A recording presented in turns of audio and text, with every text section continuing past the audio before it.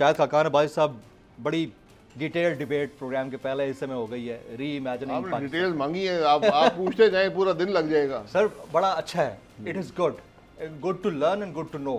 सारी ऑडियंस बैठ के आपको सुन रही है, लेकिन अगेन जो इस वक्त हुकूमत में बैठे हैं लोग पावर कॉरिडोर्स के अंदर, अपेरेंट पावर कॉरिडोर्स जो सिविल गवर्नमेंट के पास हैं, उनकी पिछले 15 महीने में क्या तरजीहात रही हैं? फॉर्चुनेटली अनफॉर्चुनेटली आप उसी पार्टी का हिस्सा भी हैं, ज़ाहिर है ज़्यादा बैगेज उनके कंधे के ऊपर है, नून लीग की बात कर रहा हूँ। क्या तरजीहात रही हैं इकोनॉमी को लेकर? ये आप उनसे पूछिए, हुकूमत से पूछिए। सर मैं आपसे देखिए, मैं आपको यही बता रहा हूँ कि आज आपके मसाइल इतने बढ़ गए हैं कि ये कैपेसिटी निज़ाम में है ही नहीं, किसी जमात में है ही नहीं कि इनको मैनेज कर सके। हम सिर्फ आज फायर फाइटिंग करते हैं, IMF के पीछे दौड़ पड़े, ये कर दिया जो IMF ने कहा उसको करने की कोशिश करते हैं। हमारा कोई मनसूबाबंदी नहीं है, कोई रिफॉर्म का हमारा तरीका नहीं है, हम उन मामलों की तरफ नहीं जा रहे। जब तक आप वो नहीं करेंगे आपको मुस्तकिल हल नहीं मिलेगा। जा नहीं रहे या जाने नहीं दिया जा रहा? कौन रोकता है? ये तो आप बताइए ना। मुझे तो किसी ने कभी नहीं रोका। जिस तरह आप नैब की बात कर रहे थे, जी नैब कोई और ऐसी चीज है जो कि रोक रही है चीजों से? रोक रही है तो फिर छोड़ दे हुक्मरानी। जिस तरह आपने कहा ना कि जो पार्लियामेंट मैं देखिए पार्लियामेंट वो फोरम नहीं है जिसके ऊपर बात हो सकती हो, मफलूज है। आपने पैरालाइज का लफ्ज इस्तेमाल किया। अपोजिशन जो है वो उसमें है नहीं, अपोजिशन है नहीं, और जब अपोजिशन थी भी तो वहाँ कौन सी हुकूमत भी तो आपकी पार्टी का कहीं कसूर है ना सर, जो हुकूमत में? सर मैं देखें कसूर का आप कुरेदना शुरू किया, इसमें शुरू हो जाते हैं। मैं कसूर डालने वाला नहीं हूँ। सब कसूरवार है, सब कसूरवार खत्म हो गई। सब कसूरवार, सब कसूरवार है। कोई पारसा ले आए जो कहेगी मैं कसूरवार नहीं, मुझे उसका नाम बता दें। मैं उससे पूछता हूँ, मैं बताऊँगा क्या कसूर है इसका। छोड़े इस बात को। ये जहाँ पर हम आज खड़े हैं ये मामूली हालात नहीं है, यहाँ पर हम सब जिम्मेदार हैं इन बातों के, और इससे निकलना भी आज सब जिम्मेदारी जरूरी है। और किसी एक के बस की बात नहीं है, किसी एक जमात में किसी एक शख्स में सलाहियत नहीं है। आप शहबाज शरीफ साहब को मुल्क का वज़ीर आज़म मानते हैं? जी बिल्कुल, मेरे वज़ीर आज़म है, मेरे वोट से बने। शहबाज शरीफ साहब को पार्टी के सदर हैं, मानते हैं? अच्छा, और मरीम नवाज शरीफ साहिबा आपकी नेक्स्ट लीडर हैं?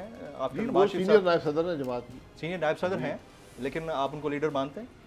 मेरे लीडर नवाज शरीफ साहब। नवाज शरीफ साहब जी, मेरे लीडर देखें ये लीडर मानने या ना मानने की बात नहीं होती। लीडरशिप अर्न की जाती है, ओहदे से नहीं आती। आपको लगता है कि मरीम बीबी ने अर्न नहीं की लीडरशिप? मुझे 35 साल हो गए सर। मरीम बीबी चंद साल पहले सियासत में आई हैं। At least you have that guts कि आपने ये बात की है। मेरे लीडर नहीं, इसमें गट्स नहीं चाहिए, ये हकीकत है सर। मेरे लीडर नवाज शरीफ साहब हैं,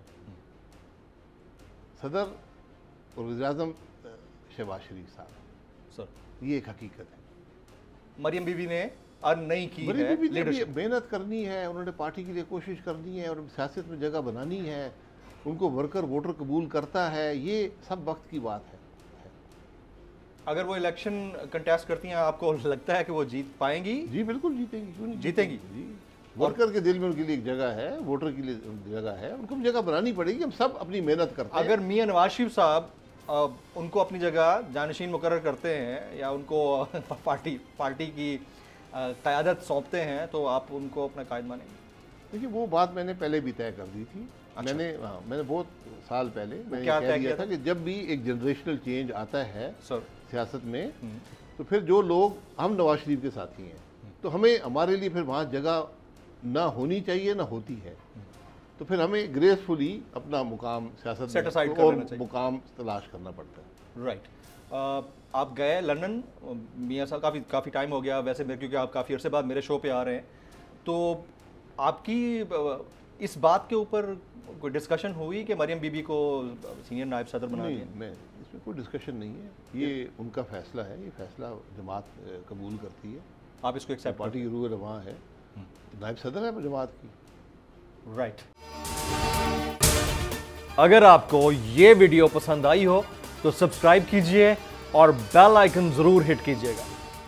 पाकिस्तान की आईटी इंडस्ट्री जो है वो पाकिस्तान की एक्सपोर्ट में एडिशनल इजाफा कर सकती है अगले 3 सालों के अंदर, क्योंकि आईटी और बाकी जो 3 सेक्टर्स हैं, उन 3 सेक्टरों में आईटी में फ़र्क है। वो ये है कि ये शॉर्ट टर्म में आपको गेन दे सकती है, जो पाकिस्तान की नीड है इस वक्त। आईटी को तो पहले भी, इससे पहले वाली हुकूमतें और इससे पहले भी लोग डिफाइन करते आए कि जी यार आईटी से बहुत चेंज आ जाएगा। क्या वो इम्पैक्ट हुआ आईटी इंडस्ट्री के ऊपर जो हम समझते थे और चाहते थे? पाकिस्तान की आईटी एक्सपोर्ट्स इतनी हो जाएंगी कि पाकिस्तान के सारे मसले मसाइल खत्म हो जाएंगे, वो तो नहीं हुआ। आपकी जो पॉलिसीज हैं वो कॉन्फ्लिक्ट हो रहा है। क्या हमने ऐसी पॉलिसीज रखी हुई है कि गूगल मजबूर हो यहाँ पे ऑफिस खोलने में? पॉलिसीज के तहत करना होगा। वो 2 से 3 महीने 4 महीने में खुद ब खुद ऑफिस स्टार्ट करेंगे। जो आपके मुल्क का आईटी का एंटरप्रेन्योर है, $100 मिलियन तो वो बाहरी अकाउंट रोक लेता है। आप उसको मोटिवेट करके उसको फिर फोकस करें, उस पर इंसेंटिव करें, वो आपको 100 आएगा तो आपका 5 टाइम्स इंक्रीज हो जाएगी फौरन।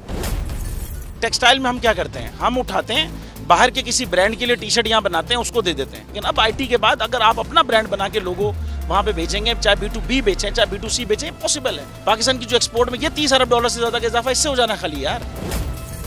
गवर्नमेंट के फंडों से इदारे बनाकर और उनके थ्रू कोई रेवोल्यूशन आ जाएगा, सवाल ही नहीं है। तो आपने इंतखाब सही कर लिया है, अब आगे चीज सही करनी है, बस आप सही डायरेक्शन में सही चीज होगी इंशाल्लाह। मैं समझता हूँ $50 अरब तक की आईटी एक्सपोर्ट में कंट्रीब्यूट कर सकता है पाकिस्तान।